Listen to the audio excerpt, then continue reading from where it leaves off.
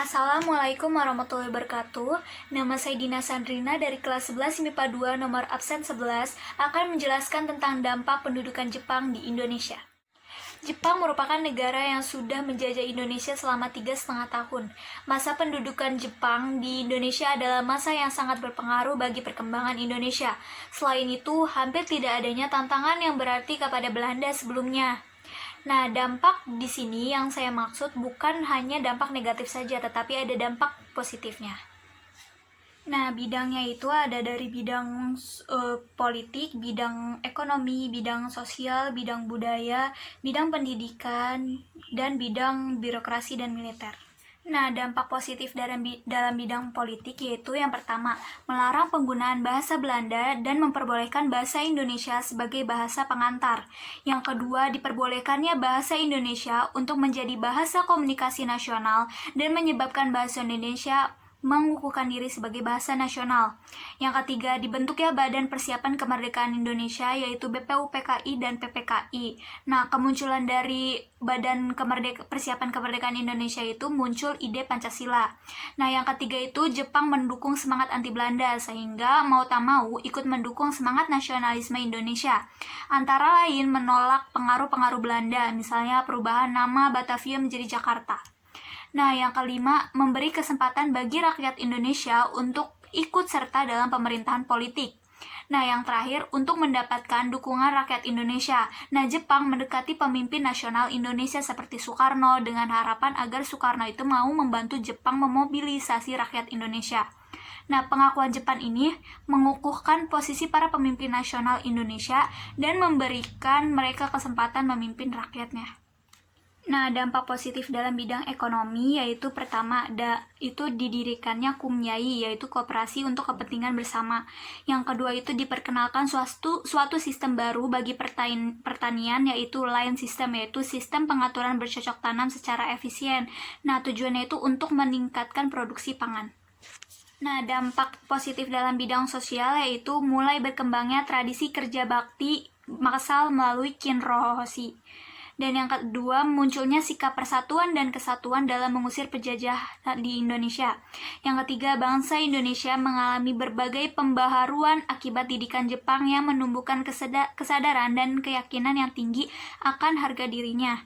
Yang keempat, pembentukan strata masyarakat hingga tingkat paling bawah yaitu tonarigami atau rukun tetangga atau RT.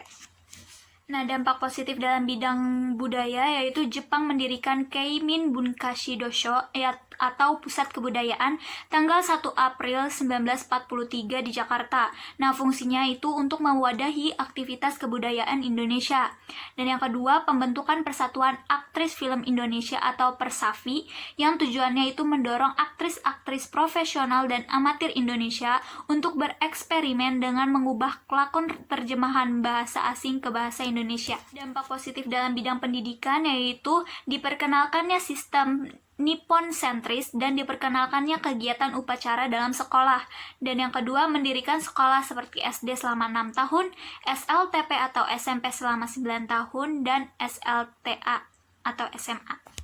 Nah, dampak positif dalam bidang birokrasi dan militer yaitu satu, Jepang memberikan pelatihan militer semi-militer kepada pemuda Indonesia dan mempersenjatai pemuda demi keperluan perang Jepang, seperti mengikut sertakan pemuda ke organisasi Keibodan, Heiho, Susintai, dan sebagainya. Dan yang terakhir, peninggalan peralatan militer dan infrastruktur perang milik Jepang yang dapat digunakan sebagai modal untuk mempertahankan kemerdekaan. Nah, setelah Jepang menyerah tanpa syarat kepada sekutu, banyak peralatan militer Jepang yang kemudian dikuasai oleh pemuda Indonesia.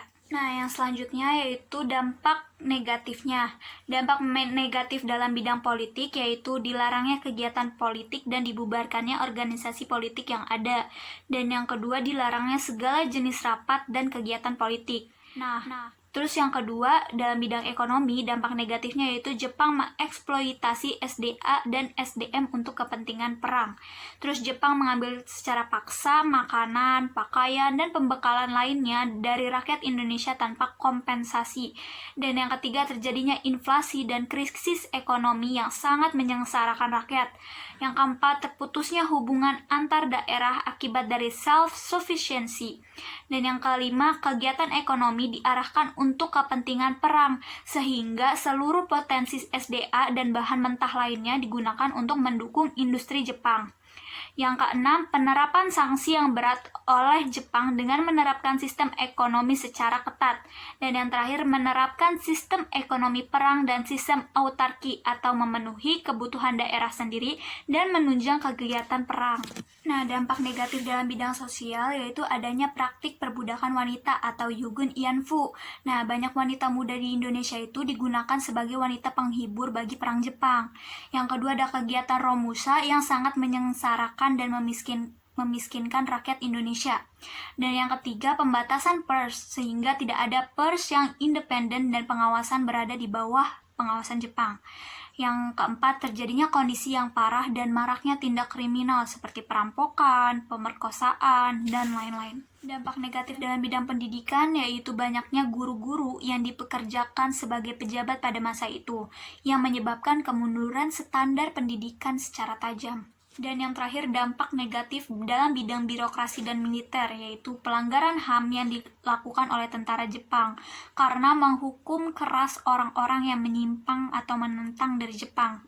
Yang kedua, penghapusan semua organisasi politik dan peranata sosial warisan Hindia Belanda yang sebenarnya banyak di antaranya yang bermanfaat bagi kemajuan ilmu pengetahuan, sosial, ekonomi, dan kesejahteraan warga.